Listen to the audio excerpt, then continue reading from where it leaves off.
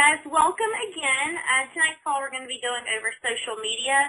We really want to make it a big focus to incorporate our social media in everything we do, kind of create a surround sound so that we are talking about the same things on Facebook as talking about on our emails, as we are talking when we actually call people, so that we're projecting the same message through multiple channels.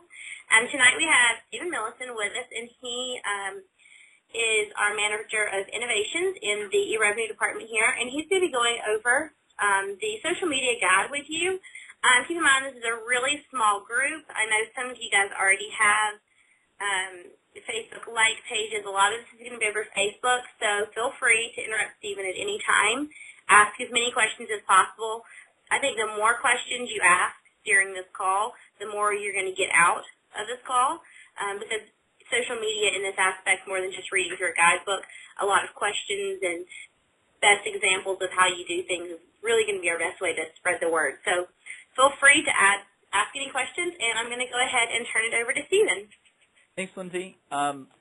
So first of all, thank you for allowing me to be on this call today. And I am basically going to be walking through the social media guide that Lindsay directed you to. I put this together as a resource just to kind of always refer back to as you're going through your page. This guide covers everything from just an overview of social media and what it is, and then an overview of Facebook, Twitter, and YouTube, which are the largest forms of social media, social networking that are out there in the United States right now and truly across, around the world. So it goes through the basics of that, and then it'll take you through just the basics of Facebook and how you can use it at your event level, how you can use it to promote your event, market it, communicate, and fundraise. And we go through the same exact thing with Twitter and YouTube as well, and it goes through everything from strategy to just setting it up in general, starting from the beginning. So first of all, I want to get an idea of kind of where you all are with your events and kind of what you already have set up. So I believe we have, was it Corey from Western Maryland? Yes. Yeah, Corey, what do you all have right now? Do you all have a Facebook page? Do you know? Yeah, for Western Maryland, we have the Facebook page. Okay, great. And do you have a Twitter page, do you know? No. That's okay. Facebook is the most important one at this point. So I'm just kind of trying to get an idea of kind of where everyone is on social media. And then, Anissa, I heard you were on from Atlanta, and I think you all have some pages. Do you know, well, do you all have access to those? To be honest with you, I don't think they're up to date. Like, I know in the past we've had a Facebook page and a Twitter page, but I need to check. I don't have I'm not on Facebook, so this is going to be all new to me. So I have to get an account, I suppose, and go ahead and get with it, as my daughter would say, because I'm not on it. It's not allowed in my house. Okay. Well, you know what? We can find a social media volunteer to help you out too. So we'll just. That's what I'm trying to get an idea of, what levels we're at, kind of what our knowledge level is. So as I'm talking through this guide, I can focus on either basics or what I should cover. So yeah, I can definitely find a volunteer to help me with this, though. Okay. Okay, great. And then there was one other person from Wilmington, Delaware, I believe. Yes, Vicki. Oh, Vicki. Nice to meet you, Vicki. Hi. Do you know where you all are at as far as social media goes? We do have a Facebook page. I'm not sure where we stand with Twitter. We have several interns in the office, and they are going to be handling a lot of the social media. Oh, great. That's excellent. So they're probably very familiar. Right, because they're a lot younger than me. Okay. All right, do you have a Facebook page yourself, Vicki? I do, yes. Okay. All right, great. All right, well, that gives me a good idea. Has anyone else joined the call since we started? I don't believe so. Okay, so if you pull up the social media guide, I'm just going to run through just a few things. As we start off onto the third page or so, it's listed as an overview. You're going to see this gives you a basic overall description of how you can use social media for making strides, and goes through an introduction of Facebook and Twitter and YouTube. I'm going to kind of breeze through those, but feel free to go back and check those out and just kind of sign up for them, learn about them, and play around with them if you have a chance. So I'm going to get started with Facebook. Facebook is the largest social networking website provider, or website, not provider, that is out there. There's 500 million active users, which is more than the population of the United States. And of those 500 million active users, 250 million of those people actually log on at least once a day.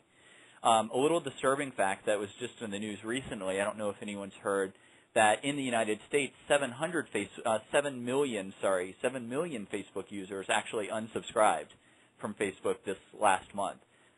It's kind of, no one actually knows exactly why, but don't be alarmed. There's actually more than 500 million active users as of right now, and they're still standing strong as the most powerful social networking website in the world right now. So it is our biggest focus, especially for making strides. The fastest demographic that's growing for Facebook users is those 55 years and older, which perfectly matches up with our demographic for strides. So it is a great place for us to focus, engage with our current participants, encourage them to fundraise, and even recruit new ones. So we're going to kind of go through this first section that's listed as Facebook strategy for event managers.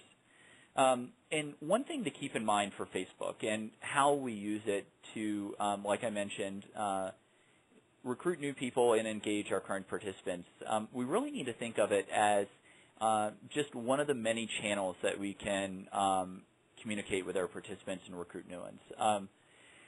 Facebook, we should be thinking of it when we're promoting our events through Facebook, Twitter, or YouTube. We need to think of our website and our email as well.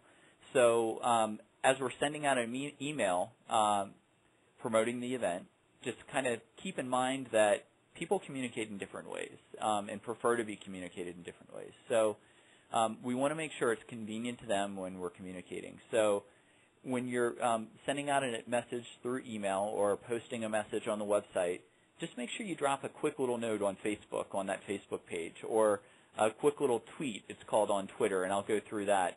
And YouTube, not as much, but maybe you have a promotional video or there's someone on your committee that's doing that. That's definitely more on the advanced end. Don't get worried. But, if you have a video, promote it through a video as well. So as you're kind of coming out with your communication for your event, just make sure you're promoting it in a cross-functional way. It's, in a sense, surround sound, as Lindsay mentioned, where we're communicating in all different channels in ways that are convenient to our constituents that are out there. Are there any questions, so I don't just keep on rambling on?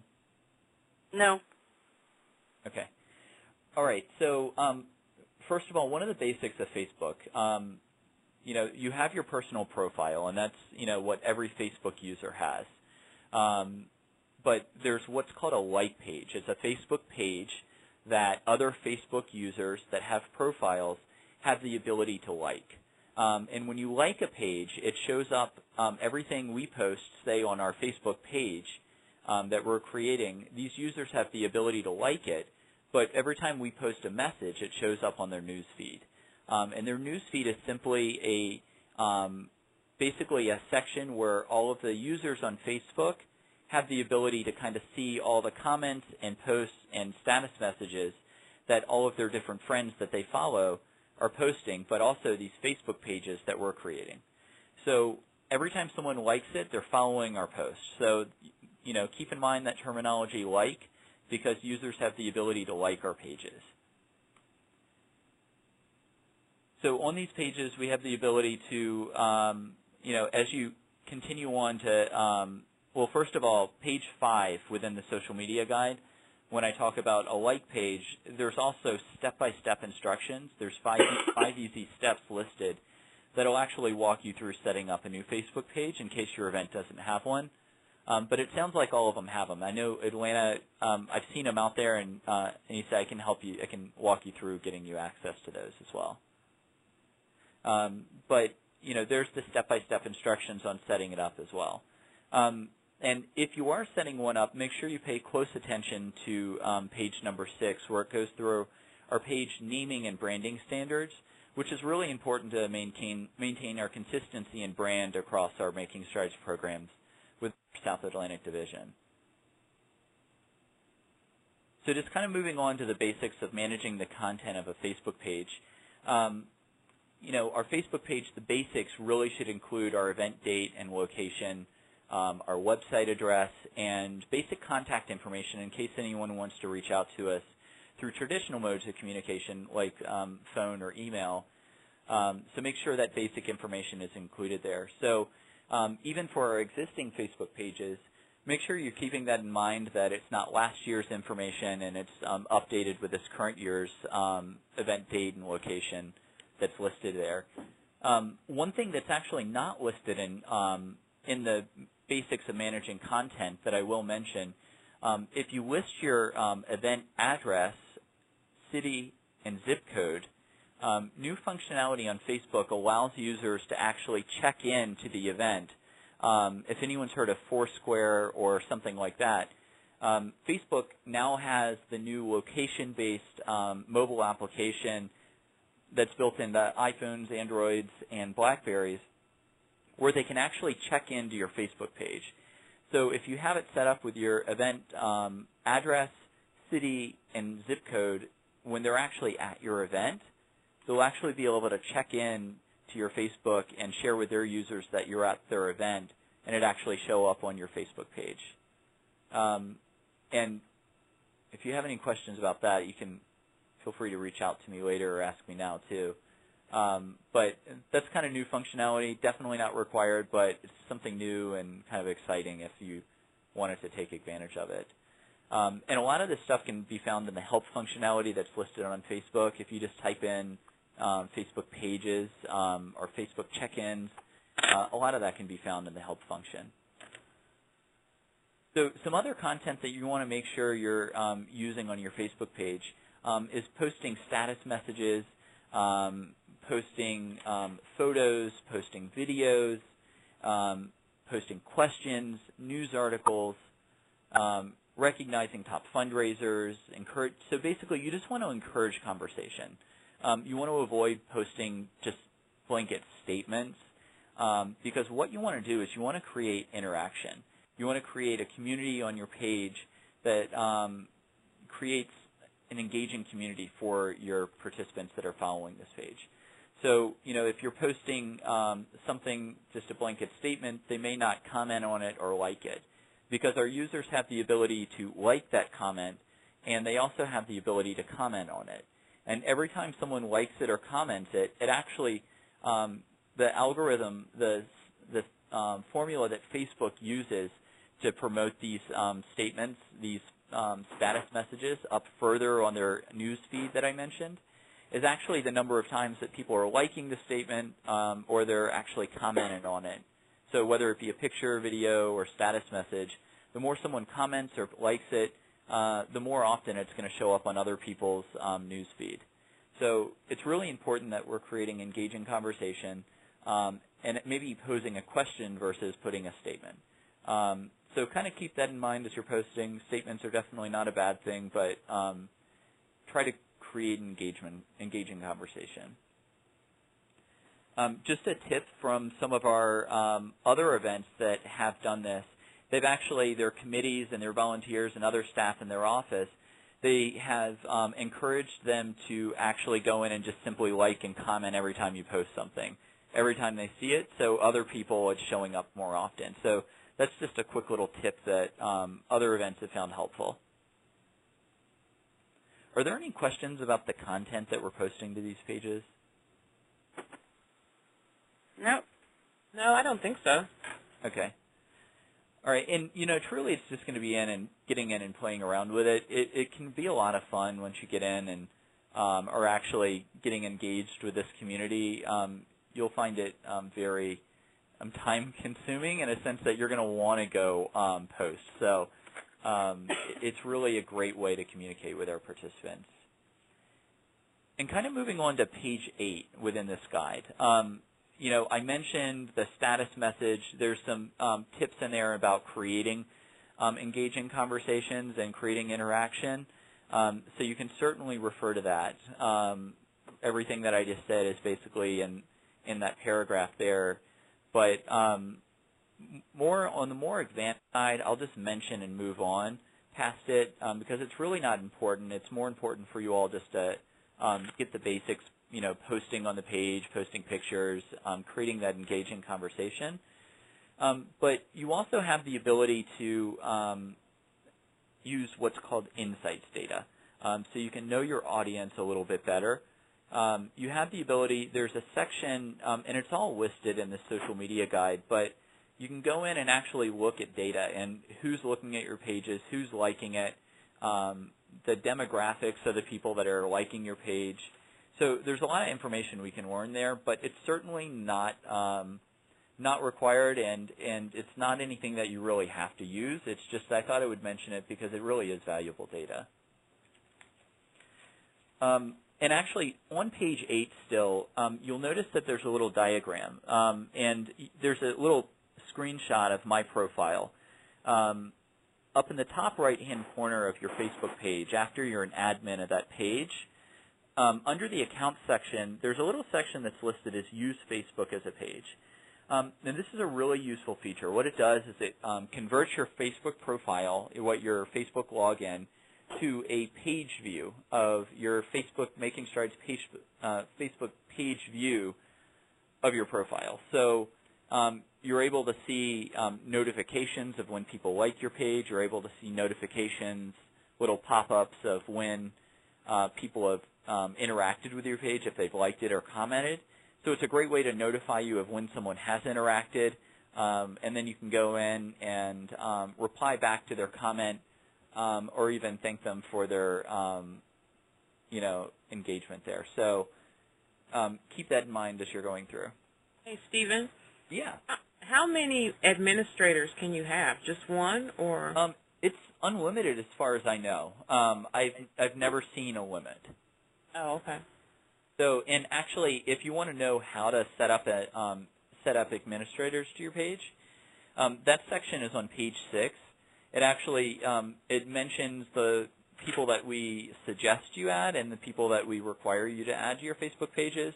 Oh, okay. And the only reason we say require is it's just a way of us, if you, say you as a volunteer staff kind of move on from the organization or you move out of the area or something like that, we want to make sure that someone has access to the page and we can continue on that communication with all those people that have liked it. So if you refer to page 6, that's a really useful section for setting up admins.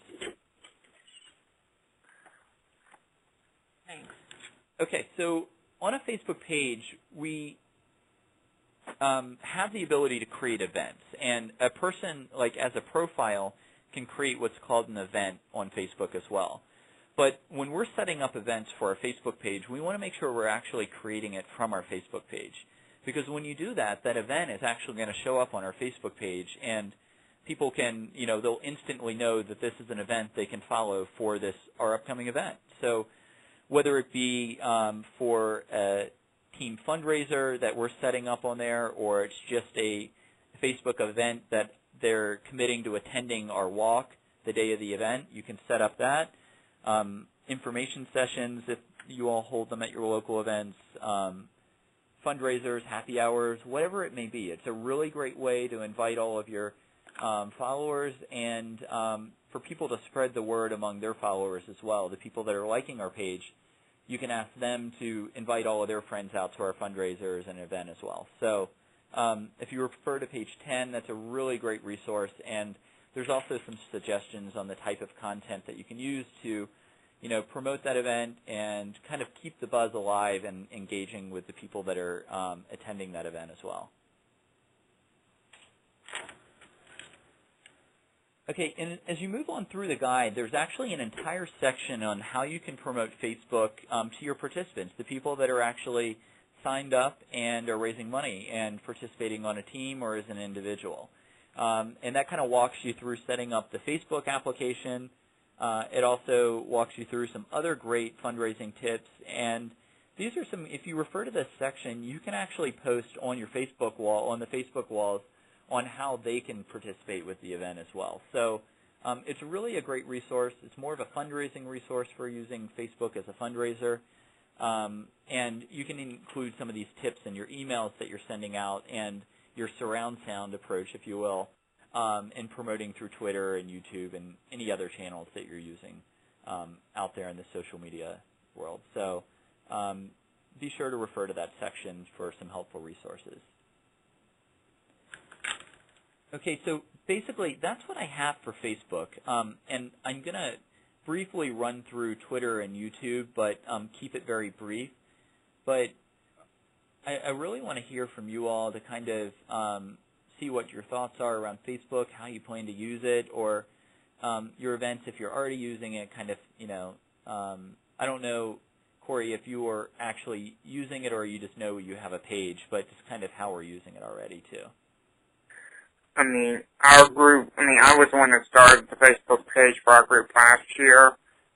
This year I'm working with another volunteer, Leanne Sipple, who's actually running our Facebook this year. But I'm also working with her in a sense with how it integrates with our website as well. Oh, okay, great. So you can really take advantage of that surround sound method that I was mentioning. What does they mean with the new questions feature that they added on recently, or like the full feature? Yeah, you can actually. That's something you can add on to your Facebook page as well. Have you figured out how to add that yet? As far as I can see, I think it was existing. You think it automatically was added, or? I think it was automatically. Depending on who had admin rights, I think if someone had questions already enabled on their account, I think if you're an admin, when you look at the admin view, I think it automatically adds it in. Oh, okay, got it. Well, I can kind of walk you through setting up the questions feature, and there's actually other applications you can add onto your Facebook page. So the way you would do that is if you know how I mentioned up in the top right-hand corner when you're logged into Facebook, there's the little tab that's listed as account. Mm-hmm. If you scroll down and switch to viewing it as a page, it takes you to the view as a page and not you as a profile as a person. And if you scroll down to the left-hand side, if you're an admin, which it sounds like you are, there's a little button that says Edit underneath all the options where it says Wall, Info, Events, Notes, Photos, Videos. Some of those are the options that are on there. Mm-hmm. If you select Edit, you should be able to, let's see. There's another Edit button under there that says Edit Info. That'll take you to the admin section of editing a Facebook page.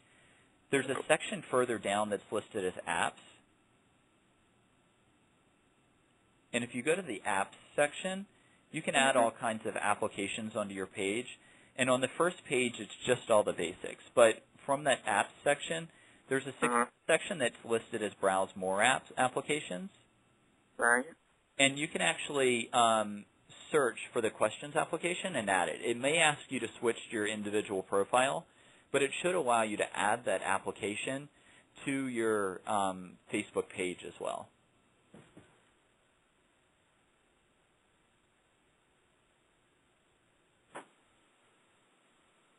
And you can play around with that. If you can't get it to work, Corey, if you look on the very last page of the social media guide, I've included my contact information.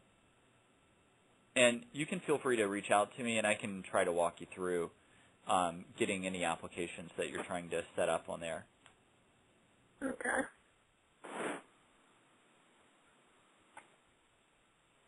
Does that kind of answer your question? Yeah, I think so. Okay. Well, if you're trying it right now and you can't get it to work, feel free to bring it up, later on in the call too. Okay. All right. Do either the other two of you have any questions?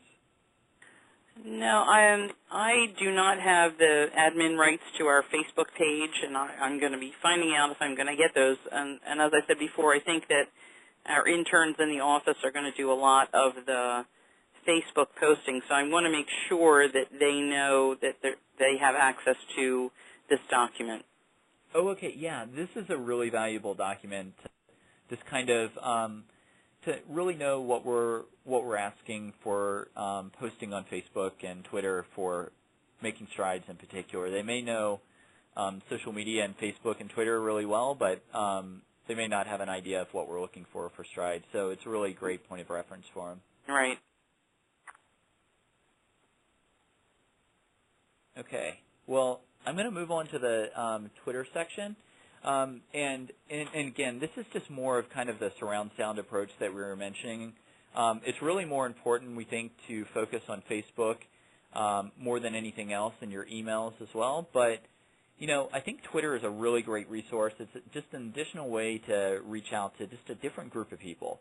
And Twitter has over 200 million users, and people are actually posting messages on average every hour, about 1.3 million messages every hour on Twitter. So people are actively using it literally every second.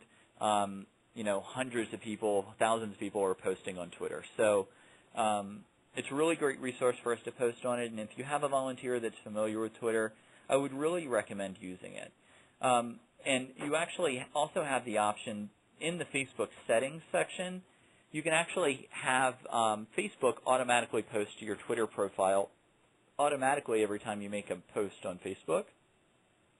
So if you're not familiar and don't actively use Twitter, it's really a great resource for you to make updates there. But I would highly recommend logging into into Twitter, not Facebook, logging into Twitter to make those posts individually, because you can tag people, and tagging is basically it'll show up on their on the other person's Twitter profile, and it allows them to see your comment, and it allows you to interact with them individually as well.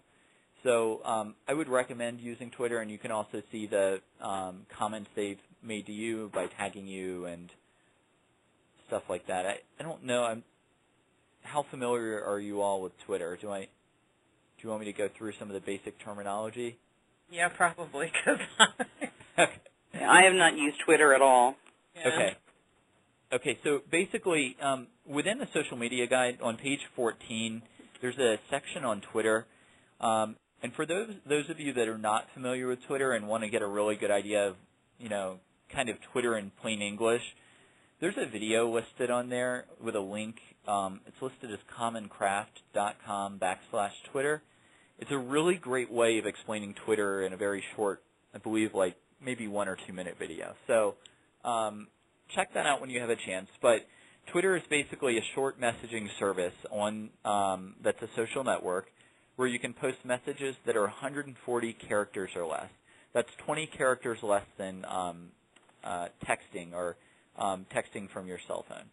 So it's a way for you to send short, quick messages, and people usually post very often.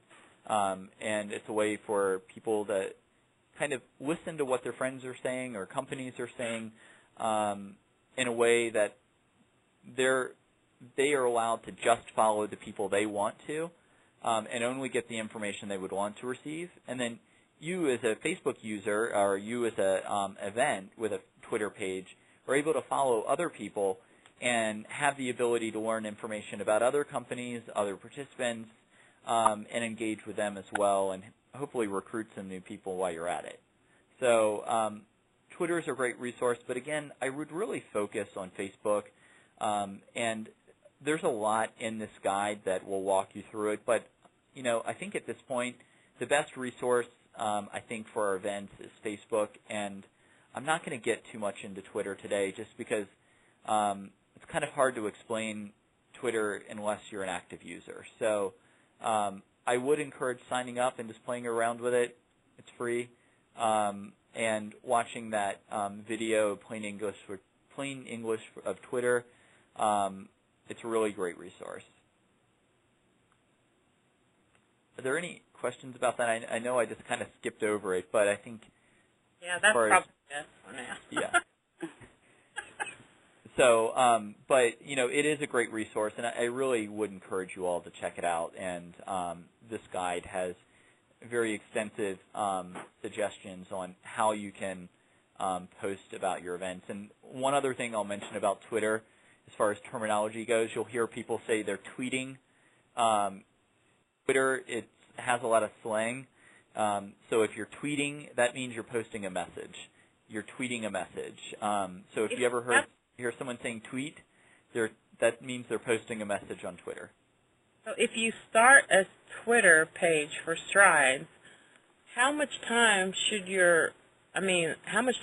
devoted? I mean, this sounds like something that could really just be an ongoing thing all day. Is that not so? It is, depending on how engaging the people are, you know, on there. And, you know, I think as a page, no, you're not going to want to post all day long. When you set it up, it'll send you an email if someone mentions your name or posts a message to you. Okay. So you won't have to log in to know. It'll actually send you an email to tell you if someone sent something to your page. Okay. So, you know, it's a really great place to maybe start, just to kind of set up some basics.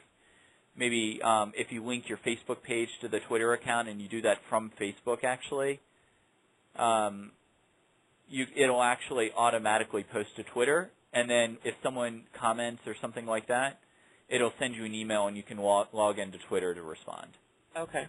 So I think as far as if you're a beginner user and that's kind of where you are, that's your best bet. Okay. Sounds good. Yep. Okay, and just kind of moving on, further down in the guide, there's a section about YouTube, and YouTube is on page 18, and what I would truly recommend for YouTube is, you know, use the videos that are already out there as a resource. There's lots of Making Strides videos, people that are talking about their stories. There's people that are even documenting the event.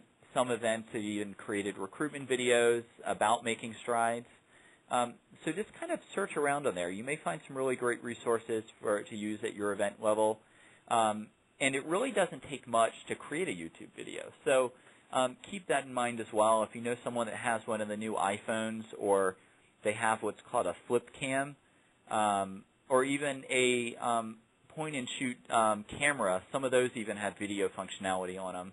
It doesn't take much to kind of capture one of the inspiring stories that are in each and every one of our communities. And videos can really describe a sense of emotion and just a sense of visual emotion and the emotion that comes from someone's voice that really can't be described in words by an email or on social media. So keep that in mind. If you find an inspiring story, just grab that iPhone, grab that flip camera or that point-and-shoot camera and take a quick video. Just ask them some questions, you know, why they're involved with Making Strides.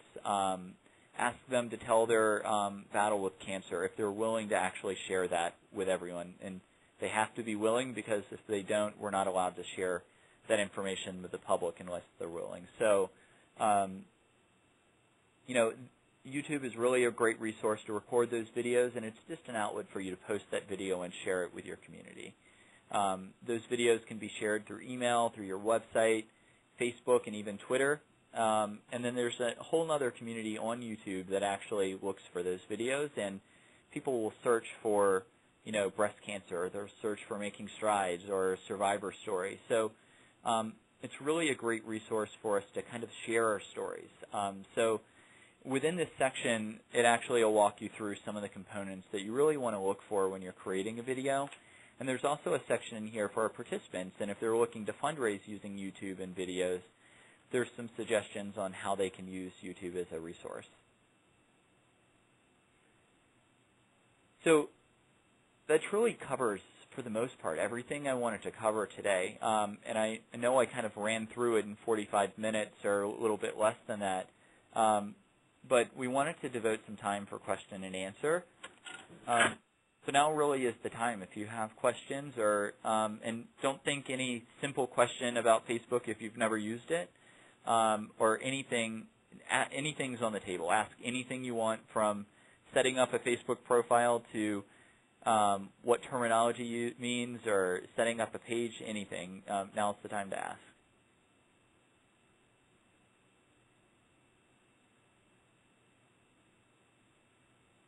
I can't think of any questions that I have at the moment. Okay. You know, I'm going to sift through all the information that you've given us and talk with the people in the office about who's exactly is doing what and making sure we're all on the same page.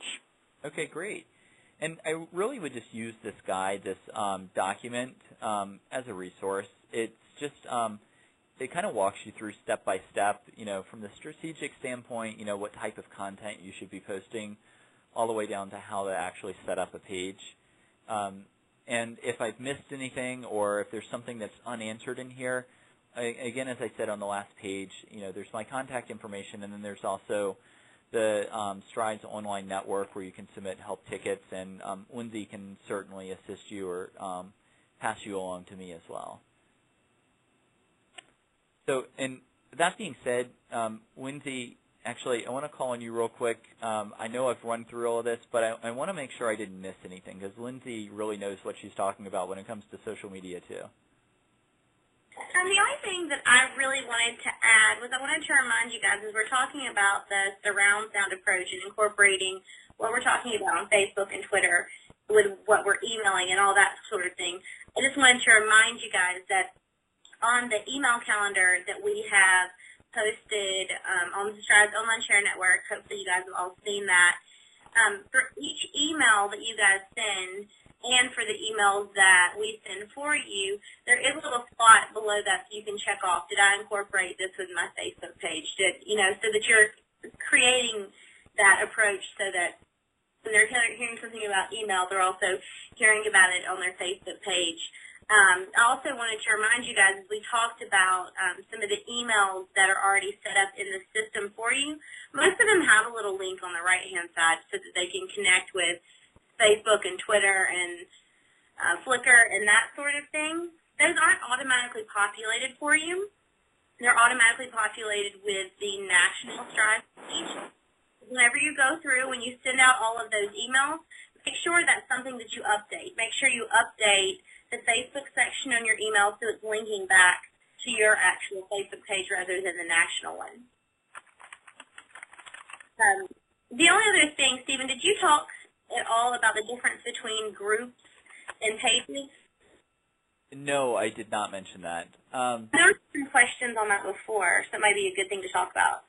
Okay, sure. So to kind of recap, there's a Facebook profile that I mentioned that an individual has. So, you know, that's what you as an individual has, and that's not exactly what you use for a Facebook page as far as our event goes.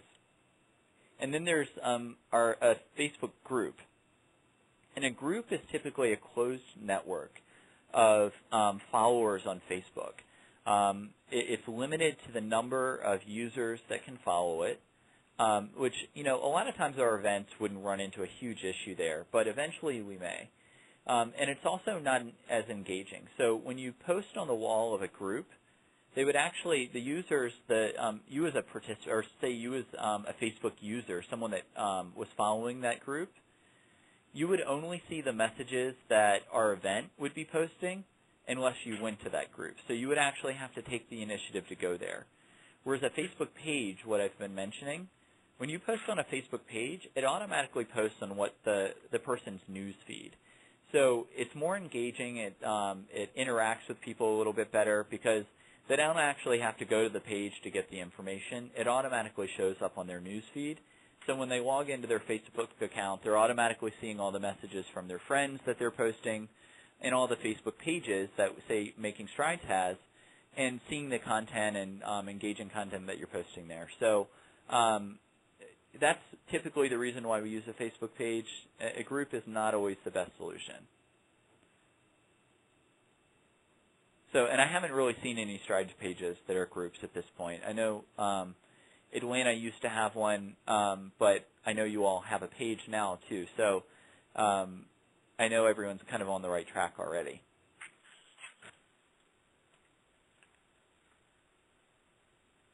And then, Lindsay, you just kind of mentioning a Facebook page, there's one thing that I did completely forget to mention, and it is listed in the guide as you're going through, but I mentioned tagging in Twitter, but you have the ability to tag people on Facebook, and that's done by, you have to follow that person and friend that person before you do it, but from your Facebook page, you actually have the ability to, as you're typing a Facebook message, you can tag other pages and people. So here's just an example of how you could use that feature.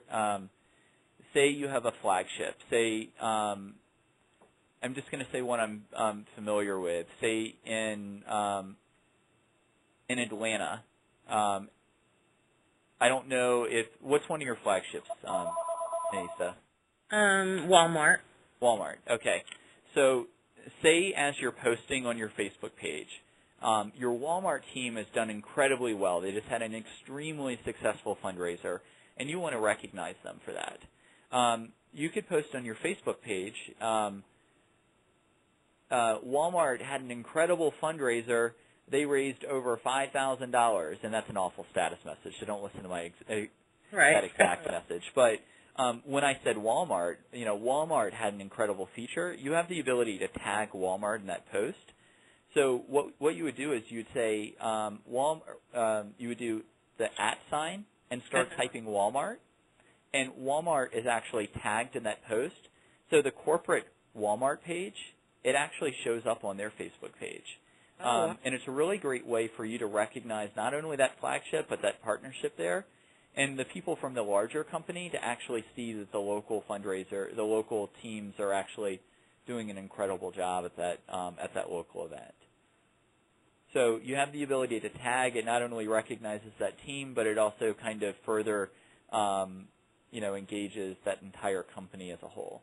So it's a really great thing, and you can do the same thing with a individual participant, maybe one of your pace setters. You can say, Lindsay McMurray has reached the pace setter level this week. Congratulations. She is now part of an exclusive club of pace setters, all around the country. And you can tag Lindsay McMurray in that post and recognize her as an individual. And it's just a really nice way to recognize them and maybe help other people to shoot to reach that level as well. So keep in mind that tagging functionality. It's a really great way to recognize people and companies.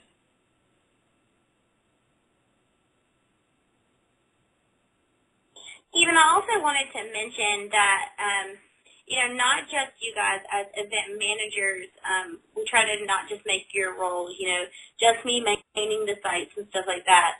We hope that you can also, encourage people to use Facebook as a fundraising tool on their own profile pages. You guys all know that we have the application, and for any of you guys who have been involved in Strides over the past year and a half, you've seen the Facebook application change constantly, and if you think about it in the realm of how large Stephen was talking about Facebook is, and they had, a couple thousand people sign on Facebook in the past week, that only brings more attention to the fact that they have to stay current. They have to make changes constantly to their site to make it the best site to the most of their users. So that Facebook application that we have for our fundraising, it's going to change a lot because that's what Facebook does, is it changes a lot. So make sure if you are on Facebook that you get in there, you try to use the Facebook application, you see all of the things that can be used by the Facebook application. But no, the fundraising through Facebook is not only done through the Facebook application. There's tons of really creative ways. And on the Strides Online Share Network, we do have a couple documents that you might be able to share or post on your website that have a lot of sample status updates or sample ways of how people could fundraise through Facebook that are really good. And at the same time, you can also upload a YouTube video to your personal page, which is a really neat way to really talk about why you are participating in Strides and put that on your personal page. So that might be also something you want to check out and just use those tools as a leader so that you can talk about how well they work with your constituents. That's a great idea. Thank you, Lindsay.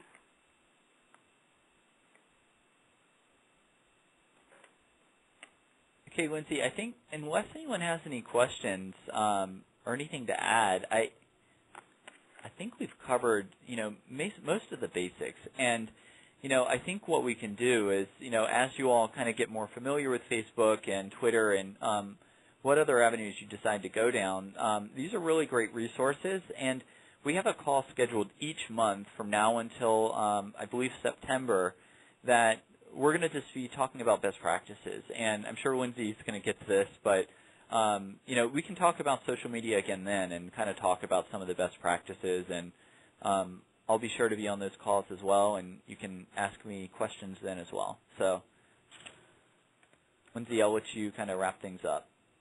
Great. Thanks so much, Stephen. I just wanted to kind of end with something that someone forwarded me kind of about the surround sound way of communication. I just got this last week, and I thought it was really interesting. And it just talks about, on any given day, I might interact with one of my friends like this. I might send them an email and ask them if they want to get together for dinner. And we might IM with each other about different places we might want to go, different restaurants. Then I might text her to let her know about a new dish on the menu. Then I might tag her on a Facebook status to let her know and let all my friends know about how excited I am about going to dinner with her. And then I'll call her on the way to let her know I'm running late. Then we'll talk face-to-face while we're at the dinner. And then as the bill comes, I might tweet, "Oh my gosh, I can't believe I forgot my wallet." And then I might write her a handwritten note thanking her for paying for my dinner. So that's one day with one person. I've communicated with her in 8 different modes of communication. So we've talked in all these different ways. So I want to remind you that social media is one tool that we have. We can't forget about, direct mail, telephone, text messaging, TV and radio advertising, print media, whereas social media is a new up-and-coming way, and it's free. We can't forget about all of the things that have gotten us to where we are at this point. So really focus on incorporating social media as part of what you're doing and not just adding it as a new piece, taking over everything that you've done in the past. Other than that, I think that's everything. Stephen and I will stay on for a couple more minutes in case anybody else has any questions, but I thank you so much. Like I said, our next call is July 12th at 6 p.m. From now on, like Stephen said, we're just going to be talking about best practices. So if you've used all the tools that we've talked about in these past trainings and you're completely stuck on something, that will be the time that we can all talk about it together. So I look forward to talking with you guys then, and thanks so much. Thank you, Lindsay. Thank you, Stephen. You're welcome. Have a great day. Thanks a lot. Bye-bye. Bye-bye. Bye. Lindsay, you completely described my day with those 8 different ways of communicating. Sorry, Corey, I just interrupted you. I think you had a question. When did you say the next date was again? July 12th? Yeah, sorry, it was behind me on the sign. I had posted in my office. Yes, July 12th. It is July 12th? Okay. Also, one other question. Was the sponsor, the box with the sponsors go with that rotating graphic? Mm-hmm. What's the maximum dimensions that can fit that for the graphic that can fit in it? 100 by 100. Did you? Where it says that this has been sponsored by, you said the maximum was 100 by 100? Yeah, for the rotating sponsors it is. But if you use quick animation, the box below the button for quick animation, it will ask you what size, and it automatically defaults to 100 by 100. And so it'll just automatically shrink your logos without distorting them. It constrains the height and width proportions. So as long as you have good logos going into it, the only fear with that is if you have a really long logo, it's going to shrink it pretty small. Yeah, because I kind of got a message from Lindsay Wilson that like the graphic I had done wasn't quite good enough because of the fact that one of the logos wasn't able to be seen very well, and I knew I was trying to and I had tried to scale it based on what you guys were saying, and yeah, I don't think I was able to get it right. But the problem I have is she might have to add on more sponsors in the future, and I don't know if I want to use Quick Animation because of the fact that if I have to add on stuff, then I don't have the original to work with. Right. Hey, Lindsay, Mhm. I will just mention, I think they increased the size this year. Oh, really? Yeah, I think you can actually do up to 200 by 200. You think 200 by 200? Yeah, and I'm sorry, Lindsay, if I'm wrong. For some reason, I was thinking you could. Let me look. Okay. And then, Yeah. Corey, is it? What did she say? Is it 200 by 200 max? I don't know because I have my pixel ruler and I'm looking at it right now, and it looks like it might be 200 pixels wide, but it looks like maybe only 125 pixels long. So I don't know. I thought that. I think that'll expand though, Okay. height-wise. Okay. Okay. Corey, if you want to, you can just try it. Okay. If it doesn't work, you should be able to. You can just replace it. And if you want to play on the safe side, you can do like, if they want it a little bit bigger, you could probably do like 180 by 180, just to be sure it fits right. Yeah, because whenever I got that request to change it, I'm like, okay, I can do it, but I don't know where my maximum limit is. Yeah. On the size there. Yeah, and I would recommend just saving, because unfortunately every time you have to add a logo, you have to create a new graphic. So just saving, like on a file on your computer, all the originals. Well, because I'm using a Photoshop file to create the GIF, so that I'm not having to rely on something else, so that I don't lose the original. Oh, so you have Photoshop? Yeah. Oh, okay. Yeah, just use Photoshop. That's better than Quick Animation. Yeah. That's kind of why I need to know dimensions, because of the fact that with Photoshop I have to know what to scale to. Yep. So I would go with I would try 100, and you can try 200, and if it stretches the page, you can just go down to 180, and that should fit. Okay. All right then. Now, is there an option to like if someone was using Twitter to show the Twitter stream on this site this year, or is that not an option? Let's see. Lindsay, do you know on the event details page? Let's see. Where did we put the Facebook? Lindsay, do you know where we put the Facebook link or the Facebook feed? Sorry, I'm looking as we talk. Okay. I don't know where we put it. Okay, Hot Pink News. So if you go to event details and then go to the Hot Pink News page,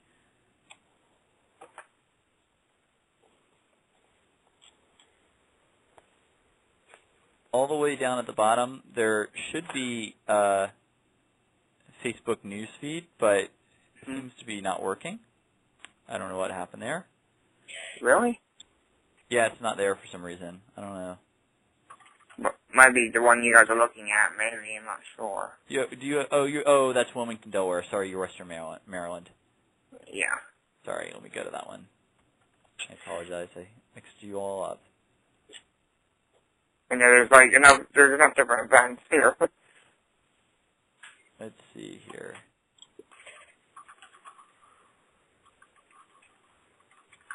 Okay, yeah, yours is there. So directly below your Facebook feed, Lindsay, do you know if it's possible? Can you add?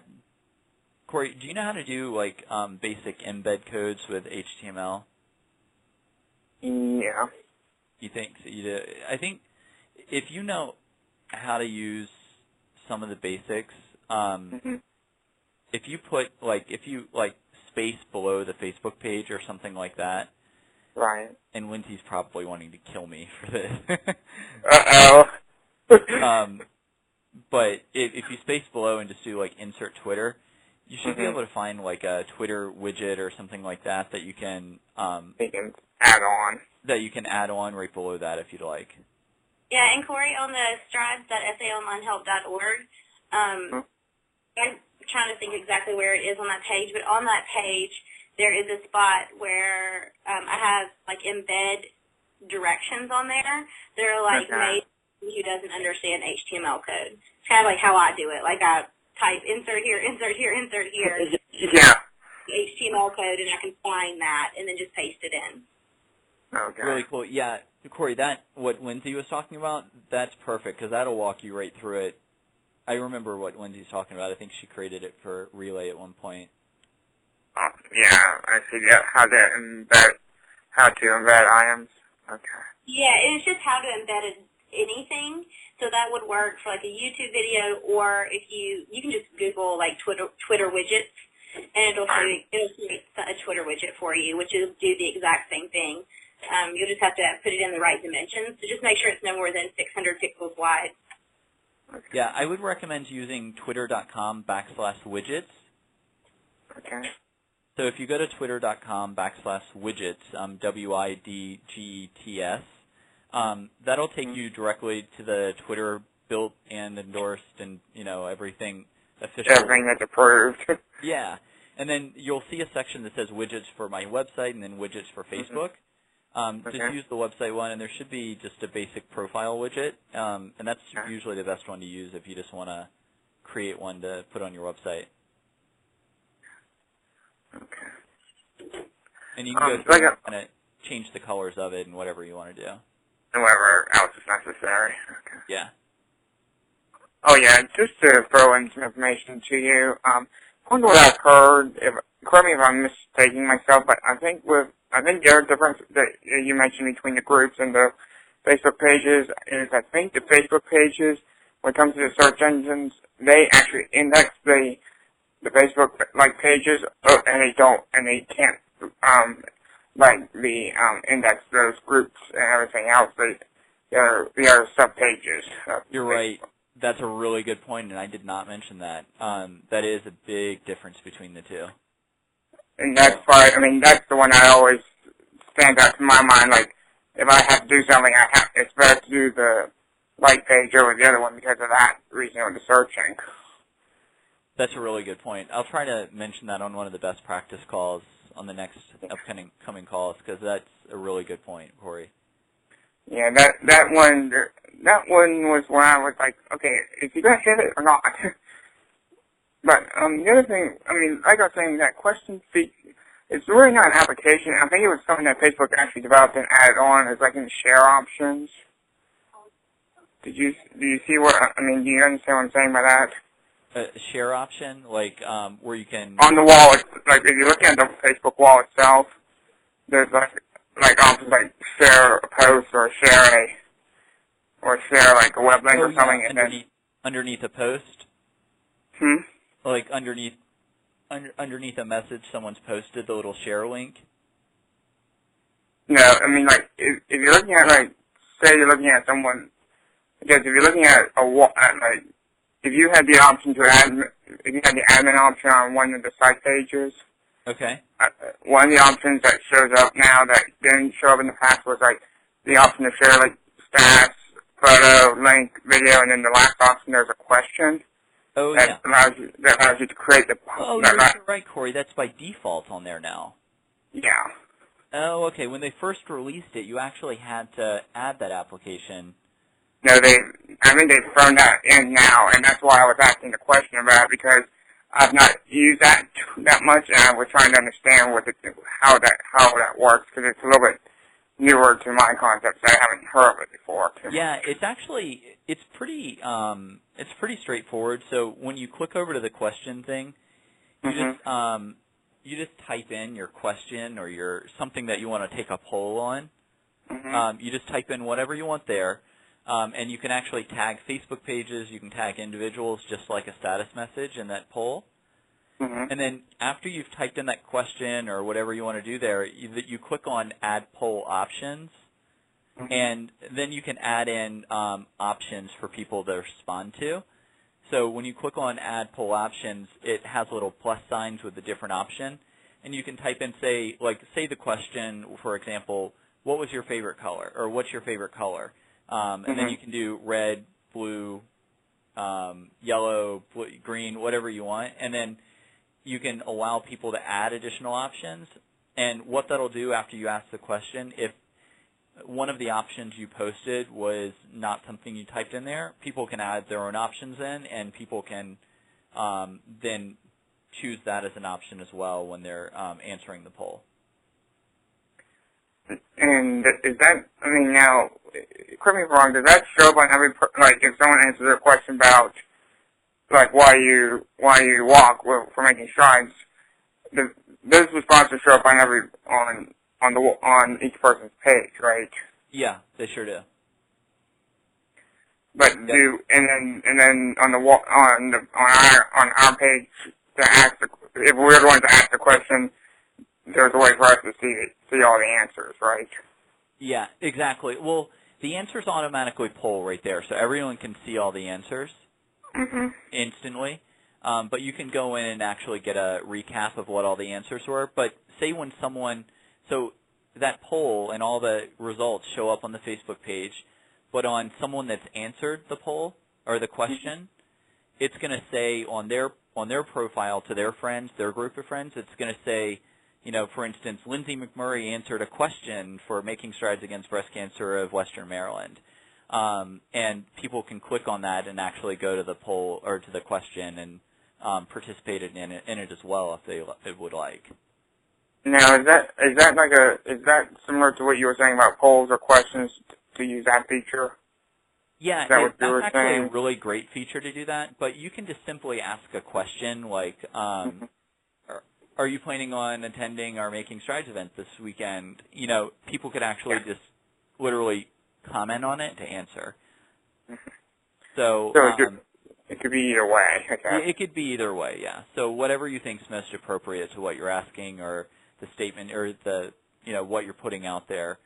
I guess my biggest point was not to post just a bunch of links to things and statements, because you want people to comment and engage with us. So yeah, I kind of heard from someone else that they said that like the whole way things are being communicated out nowadays, it's like things like last 30 people like your page gets the initial post, or if you're an administrator, you get first.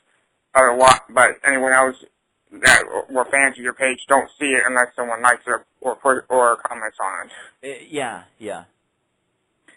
I think it's a little bit kind of crazy how they did that, but. Well, and it actually, one thing that I didn't fully explain, I didn't get into all the details, but so on your personal profile for Facebook, you'll notice on your news feed that there's two different sections. You can view your most recent posts, and then you can also read the most popular, I believe it's listed as. Right. And from there, so I'm trying to get to mine so I could look at it. Okay, so there's most recent and then top news. And by default, when you open your Facebook profile, it's always by default as top news when you first log in. And that's where the top news comes into account. It's usually based on the number of interactions, recent interaction, and how often you view that profile. So all of those things play into account and to the formula and promoting that to the top of that list as a top news item. I think it's made it a little, I guess in my mind, just from the way Facebook was to begin with, it feels like it made it a little more complicated than just being able to get your information out there to everybody with just one, like, just sending it once. You have to really do some interaction to keep it rolling. Yeah. So, that's as far as I understand it, kind of how it's set up. So. Oh, I understand. It's a hard thing for everybody to understand when they keep changing it all the time. Oh, I know. I think it frustrates everyone, but that's part of Facebook. That's what they do.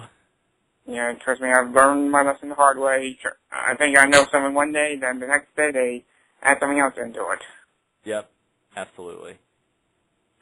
All right. Well, thank you guys. Thank you very much, Stephen and Lindsay, for your help. Oh, no problem. Thanks, Anytime. Well, you guys have a good evening. You too. Bye. Bye. Bye.